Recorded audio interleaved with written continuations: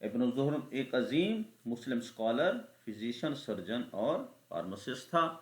He was Arab Muslim who was born in Seville یعنی capital of southern Spain. وہ ایک عرب مسلم تھا جو جنوبی ہسپانیہ کے علاقے سیویلی، جسے اشبیلیا کہا جاتا ہے، اس کا دارالخلافہ ہے اسپین کا، اس میں پیدا ہوا. He got his early education in Spain. اس نے اپنی جو ابتدائی تعلیم ہے وہ اسپین میں حاصل کی، اور اسپین میں ہی اس نے اپنا ریسرچ ورک کیا، یعنی تحقیق کا کام کیا. اس کے جو سائنس میں نوٹیبل یعنی قابل ذکر کام ہیں وہ ون بائی ون ہم ڈسکس کر لیتے ہیں. پہلے نمبر پہ he was the first person who described experimental surgery, so he was considered to be the father of experimental surgery.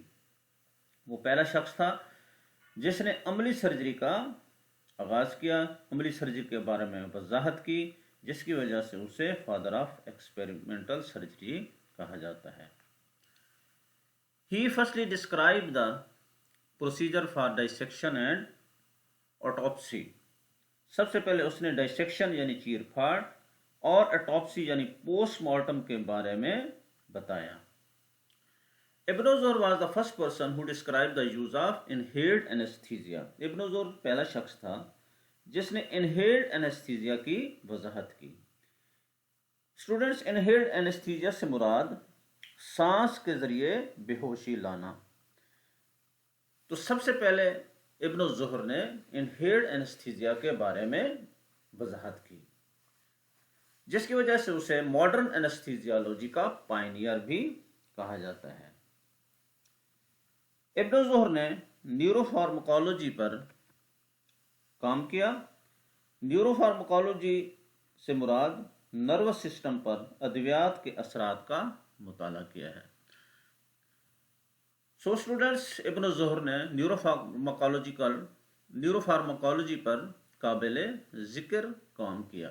اس کے علاوہ اس نے کلینیکل، نیورو، کارڈیو، کینسر، نظام تولید یعنی ریپروڈکشن، میڈیکل اور ٹاکسیکولوجی پر بھی قابل ذکر وضاحت کی. Ibn Zuhr wrote an early pharmacopoeia which was printed out in 1491. ابن ظہر نے پہلی فارماکوپیا لکھی جو کہ 1491 میں پرنٹ ہوئی. So students, this was about ابن ظہر. اس میں ہم نے ابن ظہر کی جو سائنٹیفک کام ہے وہ بھی ہم نے ڈسکس کیے، اور اس کی جو انٹروڈکشن ہے اس کے بارے میں بھی ہم نے پڑھا. Now we discuss about the second scientist Abu Ali Sena. Abu Ali سینا اپنے وقت کا عظیم فزیشین، کیمسٹ اور ماہر فلکیات تھا. یعنی ابو Ali Sina was a great physician, chemist and astronomer of his time. Astronomer means ماہر فلکیات. He wrote almost 450 treatises on different scientific subjects. Among them 40 treatises are on medicine. اس کی 450 کے قریب تصانیف ہیں جو اس نے مختلف مضامین پر تحریر کی. ان میں سے 40 ایسی تصانیف ہیں جو ادویات پر لکھی گئیں. His book The Canon of Medicine was used as textbook of medicine for many years. اس کی ایک کتاب The Canon of Medicine text book کے طور پر کئی سال تک استعمال ہوتی رہی، یعنی اسے ٹیکسٹ بک کے طور پر پڑھایا جاتا رہا. Abu Ali Sina was born in Afshana, Bukhara, Uzbekistan. Abu Ali Sina 980 عیسوی میں ازبکستان بخارا کے علاقے افشانہ میں پیدا ہوا. اگر اس کی سائنس کے میدان میں خدمات کو ہم ڈسکس کریں تو وہ یہ ہیں. He firstly described the procedure of diagnosis. Abu Ali سینا پہلا شخص تھا جس نے تشخیص کرنے کا جو پروسیجر ہے اس کی وضاحت کی. He was the first person who described the different psychiatric diseases. وہ پہلا شخص تھا جس نے نفسیاتی مسائل کے بارے میں وضاحت کی. ان نفسیاتی مسائل میں ڈپریشن یعنی افسردگی، مینیا یعنی دیوانگی، انسومنیا نیند کا نہ آنا، ڈیمنشیا یعنی پاگل پن، یہ وہ نفسیاتی مسائل ہیں جن کے بارے میں ابو علی سینا نے وضاحت کی. He was the first person who described the paralysis in detail. وہ پہلا شخص تھا جس نے فالج کے بارے میں وضاحت سے بیان کیا. He described the risk factor of clinical trials. اس کے علاوہ کلینیکل ٹرائلز کے جو رسک فیکٹر ہیں یعنی تشخیص کے دوران جو رسک فیکٹر سامنے آتے ہیں، وہ عوامل جو خطرناک ثابت ہو سکتے ہیں، اس کے بارے میں بھی ابو علی سینا نے وضاحت کی. He was the first person who firstly described the steam distillation. وہ پہلا شخص تھا جس نے steam distillation کے طریقہ کار کو بیان کیا، اس کی وضاحت کی. So student, this was about Abu Ali سینا، جس کے ہم نے جو کنٹریبیوشن ہے سائنس کے میدان میں وہ ہم نے ڈسکس کیا کہ وہ پہلا شخص تھا جس نے ڈائگنوسس کا پروسیجر وضاحت سے بیان کیا، اور اس کے علاوہ جو نفسیاتی مسائل ہیں ان کے بارے میں اس نے وضاحت کی، اور جو فالج ہوتا ہے اس کے بارے میں بھی اس نے ڈیٹیل کیا، اور کلینیکل ٹرائلز میں یعنی تشخیص کے دوران جو رسک فیکٹرز ہو سکتے ہیں اس کے بارے میں بھی اس نے ڈسکرائب کیا، اور سسٹیم ڈسٹیلیشن کے بارے میں بھی ڈسکس کیا. So student, this was about Abu Ali Sina. آج کے لیکچرز میں ہم نے 2 مسلم سائنٹسٹ کے بارے میں ڈسکس کیا، ابن الزہر اور ابو علی سینا. تو اب تک ہم نے 4 مسلم سائنٹسٹ کے بارے میں ریڈ آؤٹ کیا ہے. تو سو اسٹوڈنٹس، اگر آپ نے کوئی کوشچن پوچھنا ہے تو آپ گروپ میں کوشچن پوچھ سکتے ہیں، جس کا آپ کو جواب دیا جائے گا. Thank you very much.